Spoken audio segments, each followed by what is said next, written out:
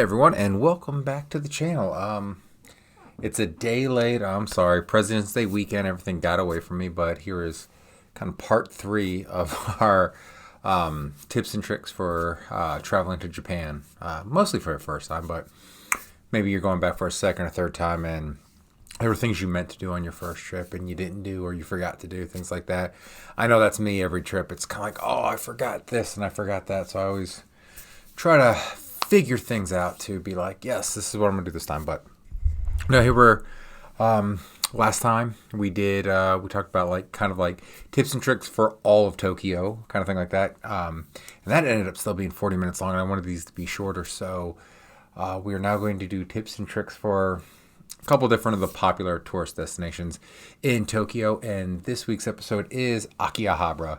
I chose to do this one first because it's a retro video game channel, and everyone who is into gaming and they go to Tokyo, they want to go to Akihabara because that's kind of what it's known for. It's called the Electric Town.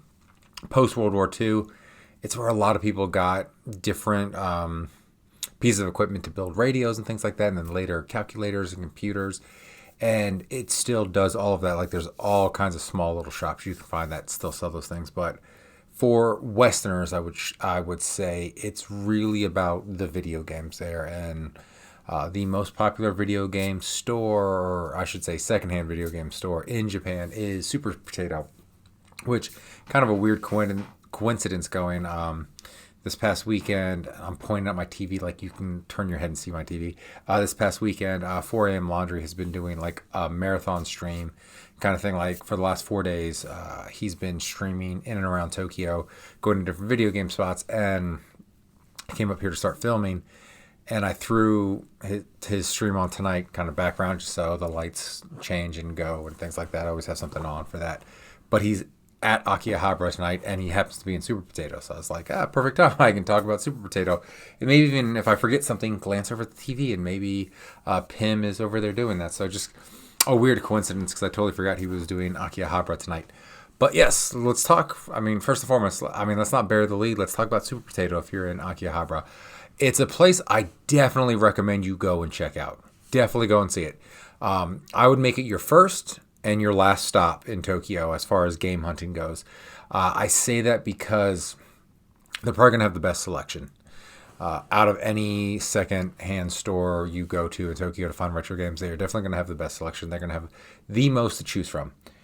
You're also going to pay a premium for that. Now, from what I understand, they've become more expensive as they become popular, which kind of makes sense. You got more people coming, more demand. You can raise your prices, make some more money. I'm not going to fault them for that. I can honestly say I have never actually bought anything from Super Potato. I was this close to buying Super Famicom, and I was actually going to go back and buy it, but I forgot to because I got caught up doing all kinds of other things in Akihabara, and I just forgot to go back. I will buy something from the Osaka one when I go back, though. I do need to get something from Super Potato, at least in one of my trips to Japan. But yeah, the main reason why I haven't gotten it, because, it's twofold. One, the price. But also, I wasn't really retro game collecting. Then I would like pick up cool retro games that kind of like gave me a nostalgic buzz. But now I'm more into retro collecting, so I will definitely have a more curated looking when I go. But yeah, the reason why I say first and last place to go, because it's going to have the best selection, but more expensive.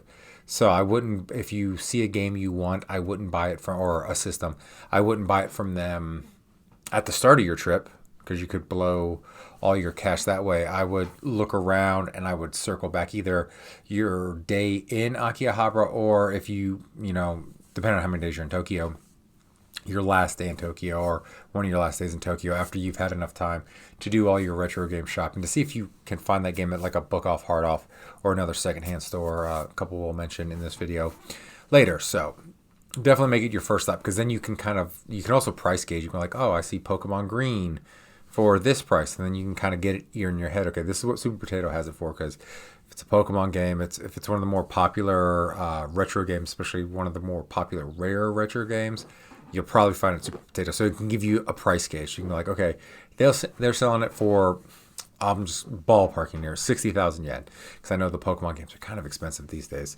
even in Japan.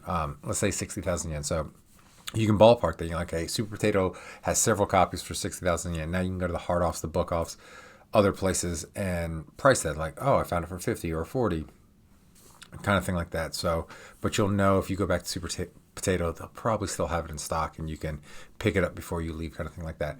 But also, it's a really cool place to go. They've got several different floors of games: PlayStation, Game Boy, Xbox. Do they have Xbox? I don't know if I've ever actually seen Xbox there. PlayStation, Nintendo, Sega, Dreamcast, all the fun stuff. Sega Dreamcast, baby. And so go there, check it all out. Go to their top floor, which has their retro arcade, which that's actually affordable. That's competitive. You can play some cool retro arcade games there. And they is Snake on? I think Snake's on the arcade floor, and then the Game Boy kiosk they have, I think, is in their like Nintendo floor, kind of thing like that. Unless they move things around, but maybe Pim will go up to the arcade, and I can confirm that in a minute. But yeah, definitely make it your first and last stop, at the very least in Akihabara. And I will say, Google Map it when you get to Akihabara, because it's not easily found if you don't do it. Like when you see it on the outside, like, oh, there it is. But it's kind of in a back alleyway. I remember my first trip. It took me a hot minute to actually find it. And I was following Google Maps and everything like that. And it was kind of confusing how to find it. So it's not kind of funny how popular it is and everything like that, and well known it is. Oh, there we go. There's Xbox. I can see it right now on Pim's thing. So they do sell Xbox there. It, as well known as it is, it's not like so easy to find. Like it really is kind of a little bit difficult to find. In fact, like I've been to Akihabara several times now. Like I've taken 3 trips to Japan, coming up on my 4th, but I've gone to Akihabara on a couple of these trips more than once. I've been to Akihabara and Super Potato several times. And even when I'm like, even on that same trip to Akihabara, you can get turned around really easily. So it's not that easy to find. So definitely have Google Maps ready. But their arcade is pretty awesome. I have played a few games at their arcade, but yeah, just wandering around, looking around at everything. I think that's a must if you're retro game hunting in Japan. Even if you don't buy anything, like I said, I'm pretty sure I have not bought anything from Super Potato. Like I'm just kind of like looking at my Japanese game collection, like over there, and I don't. No, I do have a couple things there, but yeah, because I got that book off. I got that at a second. Yeah, I don't think I picked up anything at Super Potato. I'm gonna rectify that though. I'm gonna find something to buy, even if it's just like a Super Potato T-shirt. I really should have one of those. But yeah, everything that I've seen there, I then went to another, because I knew going in on my first trip that Super Potato was kind of pricier than other places. So the things that I was looking for on my first couple trips, I went to Super Potato when I was in Akihabara, and I'm like, all right, well, let me see if I can find this at another place less expensive. And I did. In fact, my last trip there, when I was there with my son Sean, he found a game he wanted. I was like, let's put a pin in that. Super Potato has few different copies of that. Let's go look at a few other places. I ended up finding it at a store I'm going to talk about in a second called Traders, for a lot less money. So yeah, make it your first stop and make sure it's your last stop on your way out of Akihabara at the very least, because then, like I said, you can price gauge. And if you don't find it and you really want it, you can pay that premium price at Super Potato. But one thing that is the nicest thing about Super Potato is, generally speaking, that's where you're going to find the best. It's your best bet to find a working retro console in very good condition. So odds are, because a lot of times with the consoles at like hard off and book off and things like that, they might be labeled junk because they don't know if they work or not. But at Super Potato, they've tested them, and if they label them working, they're going to work, and they clean them up and everything like that. So there is the benefits to that. But again, you're paying that premium price. But you're in Akihabara, definitely check out Super Potato. Next up, the Geigo, formerly known as the Sega Arcade, the big red building. It's always worth a stop in. Like, that's a landmark. I felt it was more of a landmark when it was the Sega Arcade than it is Geigo now. I don't know why. Going back and seeing Geigo instead of Sega there, it lost a little bit of its charm, I will say. Like, I mean, it's an arcade. You go in there, you play the arcade, and you have fun. So it is still that, but I don't know. It didn't feel the same. Like, it doesn't even look the same. Like, And maybe that's the nostalgia bug of being a kid of the 80s and 90s, seeing the big Sega logo there, because that means something to me. Geico, I didn't hear of Geico, and it's an arcade chain that's been around forever, I guess, in Japan. But I never heard of Geico until they bought the Sega arcades in Shinjuku and in Akihabara, and I think in other places too. But those were like the two most famous Sega arcades. But again, those buildings are worth a stop, worth few hundred yen to play some video games, and they'll have classic games, they'll have the newer games. And if you're going to Japan, you definitely got to stop by the arcades if you're a video game fan, because arcades in America have kind of died out. They're not quite the same as they used to be. Like, even when there are video games at an arcade or like a Chuck E. Cheese or a Dave and Buster's kind of thing like that, they're all for like tickets. They're not like a real video game. They're not like fighters. They're not beat 'em ups or anything like that. They're not the things we kind of grew up with. But they still have those in Japan. So definitely stop by the Geico or one of the many other arcades. You're going to find a bunch of arcades, some in like little small like apartment building kind of styles. In fact, one of the most fun arcade trips I had on my second trip, Sean, myself, Nelson, we stumbled into this arcade because I think we're just wandering through buildings at this point, where we were like action figure hunting, video game hunting, and just finding these small shops and like these buildings, basically these high rises. And we found this arcade. It had this one dance game where it's not like the DDR where you have the arrows to step on. It like lights and you actually mimic what is going on the screen. Sean had a blast doing that. We played the Star Wars pod games where you get into this little pod and you're flying an X-Wing or whatever, and you're encircled by screens. So you're totally immersed. So it was awesome. All right, Pim is in the arcade. There's Snake. So it is Snake up in the arcade. I did remember that correctly. I had to make sure I remember that. Though he is in a different position. He's not greeting you as you come in. He's now all the way in the back. But it's, what is Snake from Metal Gear Solid 3? What do they call him in 3? I don't remember. Solid Snake, Liquid Snake. He's Venomous Snake in 5. Oh, that's going to bug me. Oh, and the Game Boy's up there. Okay, so the Game Boy kiosk and Snake are in the arcade. All right. I kind of remember that right. But yeah, the Geico arcade, checking that out. And then next up, I mentioned already, Traders.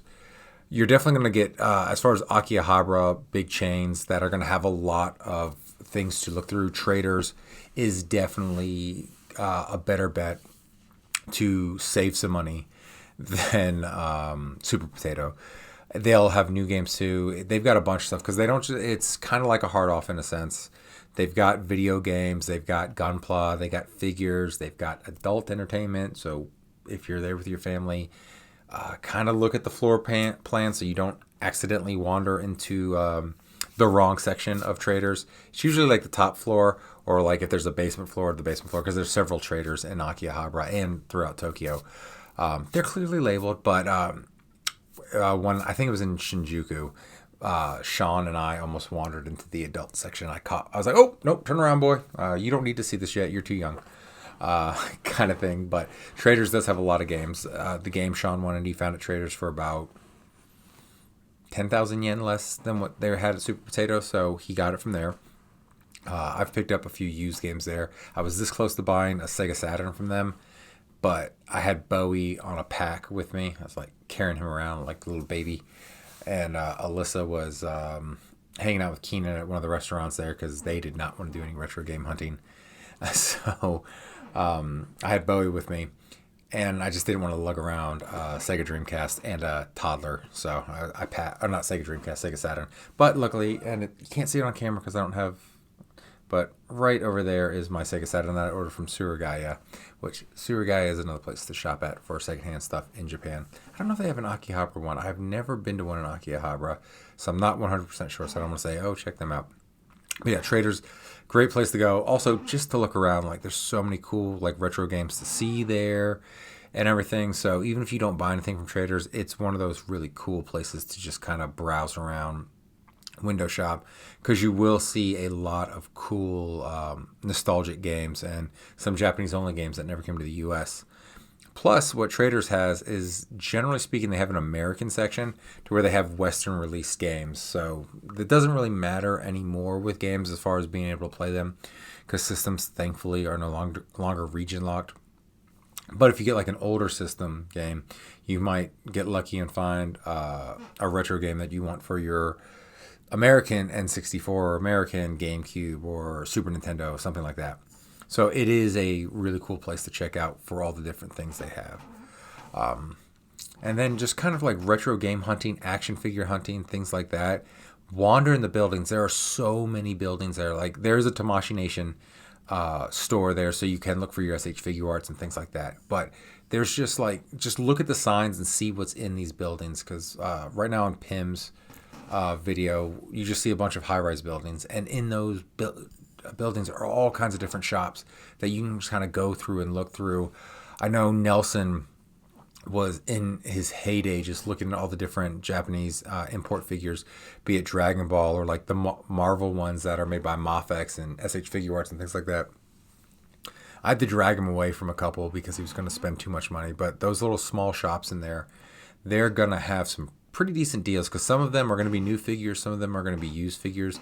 But it's kind of like in a flea market sense, where it'll just be like this floor of a building that probably at one point was an office building and just kind of opened up, and there's just like one shop there that's the size of maybe your kitchen, and then there's another shop there that's the size of like half a GameStop or half a mall store or something like that. So it's just kind of a really cool setup, and you don't know what you're going to find, and it's definitely worth exploring and looking around at all the different shops and just popping in the different ones just to see, what there is to see. You might find a cool retro game inexpensively. Like there was like a basement shop that I went into that I picked up Final Fantasy VI, I think for like 200 yen, and I ended up getting the box later from Surugaya, ordering the box separately, so I now have it complete, because I got the game and the manual for like 200 yen, and then I ended up getting the box and the insert later to make it complete in box. But yeah, you'll never know what you're going to find. Like, I didn't buy it, and I don't know why, but I did find like Chrono Trigger for like 100 yen at one of these small shops. I'm sure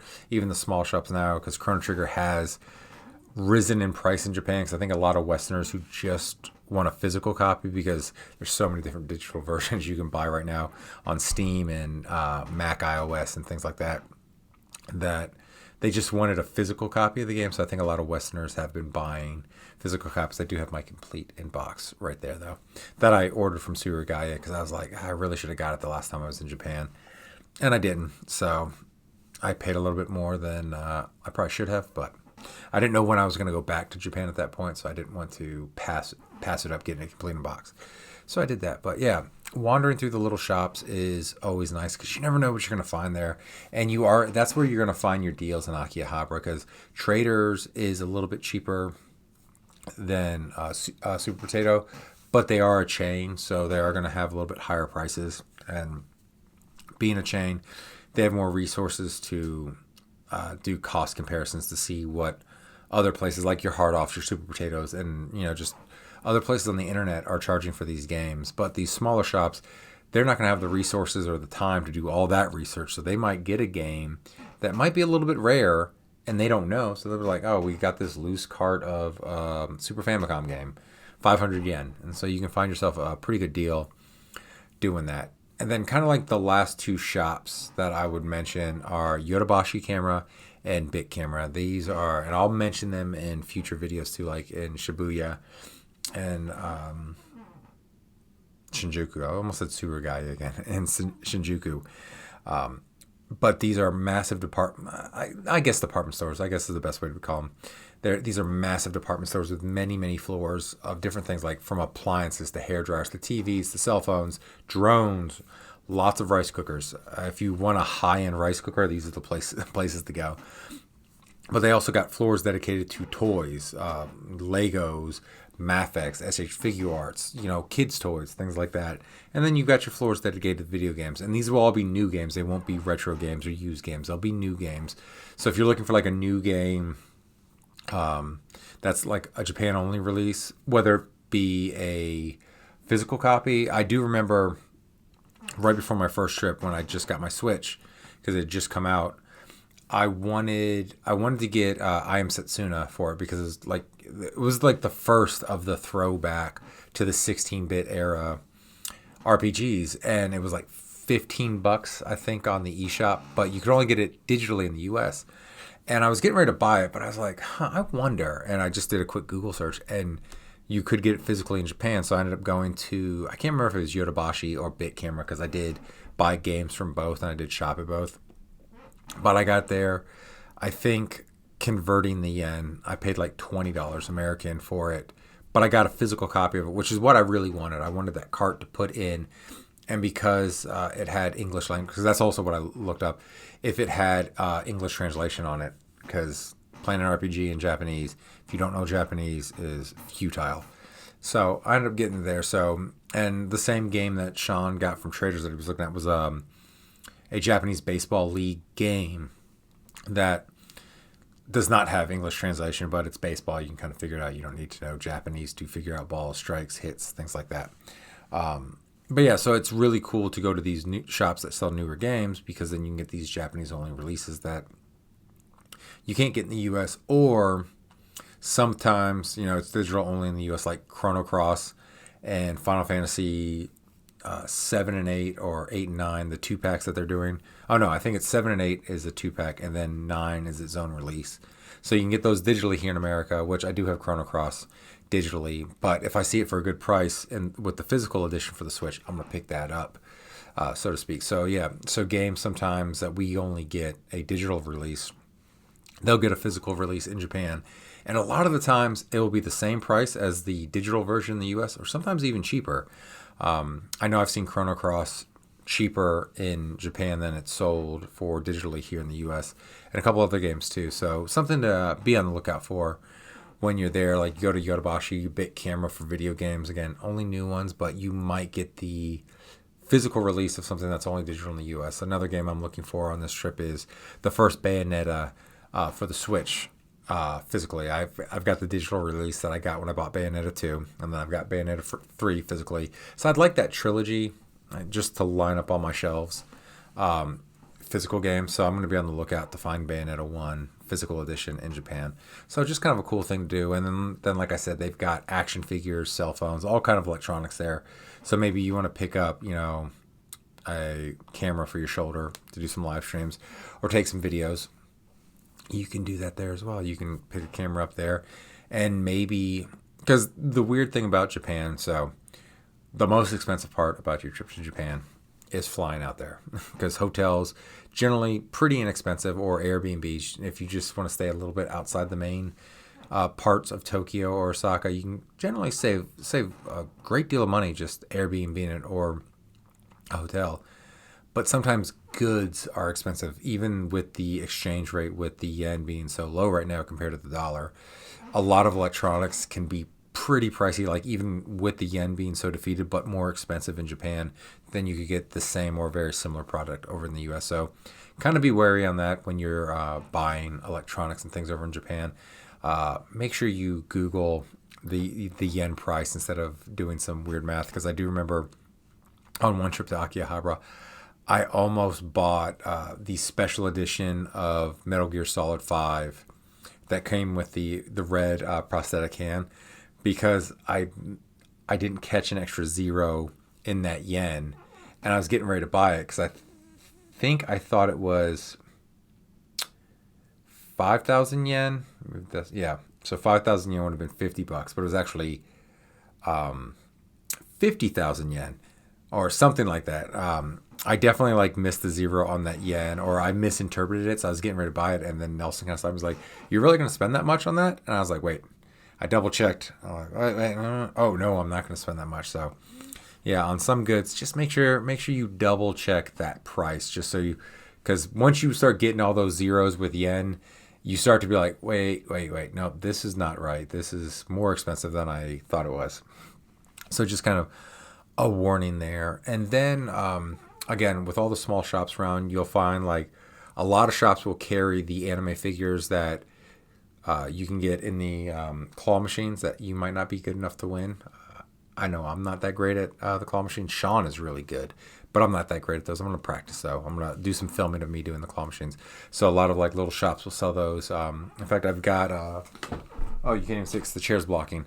But I got this Goku figure where he's in like U.S. World War II get up. He's got his extendo pole and he hangs his helmet off there. I just thought it was a really cool figure, and I could not win it, but I ended up finding it at a shop for like $14 or something like that. So I bought it to bring home with me because I thought it was a really cool figure. So there is that. You can find shops like that. So just kind of like walk around and just like pop in all these little shops because you never know what you're going to find. And you might find some great deals. You might find some like gems that you didn't even know you were looking for, kind of thing like that. And then my last recommendation is also walk around and look for like something that looks tasty. You know, I mentioned this with the plastic food. It kind of shows off the dishes in the previous video. Just kind of like look around and see if you don't have like a place in mind that you want to eat, just kind of like look around. First trip, Keenan and I found this restaurant that I got a delicious steak at. And again, I never planned on making a travel video, so I don't have these places memorized. I do apologize for that. Got a delicious steak. I think Keenan had a steak too. Had a few drinks, and it was up high, so we were actually overlooking like Akihabara station and all the stuff down there. So that was really cool. And then second trip to Akihabara, Nelson and I found this brick oven pizza place that also had good steak. So I got a steak and Sean got a pizza, and I knew I'd get pizza because I knew Sean wasn't going to finish it. That they served with a side of honey. And drizzling honey on your pepperoni pizza is actually pretty good. Kind of thing like that. So we found both these restaurants just kind of wandering around. And then the third trip, we didn't eat in Akihabara, but Alyssa and Keenan went to the Hub, which is this British-style pub chain in Japan. You'll see them all over the place. It'll either say pub, P-U-B, or hub. It's both by the same company. They just, I don't know why they have two different ones. But you can get pretty good, well-priced drinks there. Don't get the food. The food's mediocre. But if you want like a beer or something like that, definitely a good place to stop and get a beer when you're in Akihabara. And then, of course, like Square Enix has a cafe there. There was a Gundam cafe. And in fact, I'm looking at one of my pictures from the Gundam cafe, but I think that's closed down now.